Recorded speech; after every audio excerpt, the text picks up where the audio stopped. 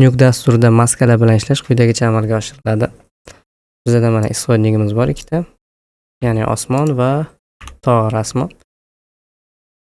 Endi bu tog' rasmidan orqa fonini osmonini almashtirmoqchi bo'lsak, bu quyidagicha amalga oshiriladi. Bularni avval reformat orqali razmerini proyektga to'g'irlab olamiz.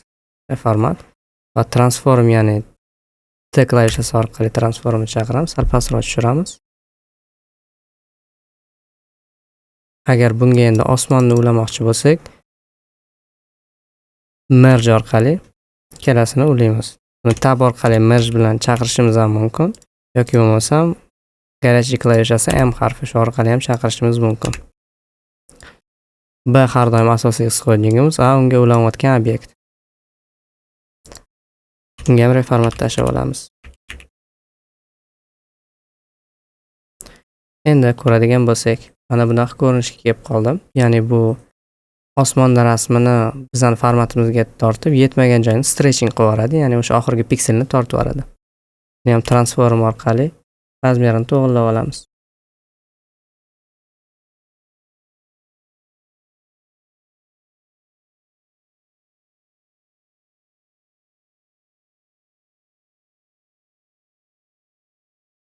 Tog' rasmiga o'tib olamiz.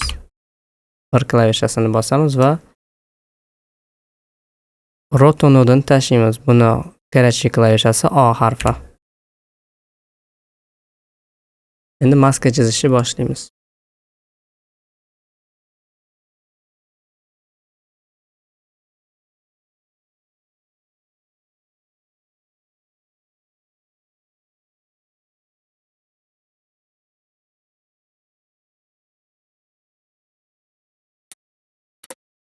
Maska paypiga ulaymiz.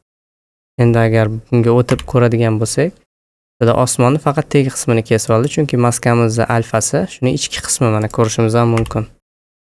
A harfini bossak, alfa kanaliga o'tamiz. Yoki bo'lmasam, tepadan alfaga o'tib ham ko'rsak bo'ladi. Bizga xuddi shu alfani teskarisi kerak, ya'ni invert qilishimiz kerak.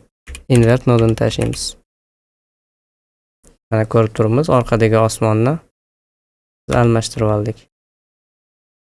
Aynan bu vaziyatda tog' orqa fonini kesib olish bundan ancha qulayroq, osonroq yo'llari ham bor, ya'ni masalan keying orqali, lekin hozirgi videoda aynan maskalarni ko'rib chiqamiz, shuning uchun maska orqali kesib olamiz. Keyingi darslarda keyga yetib kelganimizda key orqali ham ko'rib chiqamiz, qanaqa fondan ajratib olishni. Maskani kraylarini o'zgartirmoqchi bo'lsak, ya'ni yumshoqlik, qattiqlik darajasini, edjlarini, buni qilishning bir nechta yo'li bor. Buni yo'llaridan bittasi maskani 2 marta bosamiz va belgilab Y klavishasi yordamida yumshoqlik darajasini kontrol qilsak bo'ladi quyidagicha. Yoki bo'lmasa, shunchaki blur nodini tashab, maskani blur qilsak ham xuddi shunaqa effekt beradi bizga. Professional montajyor bo'laman deganlar uchun maxsus taklif. Premiere Pro Zoru 2U2 8 ta modul.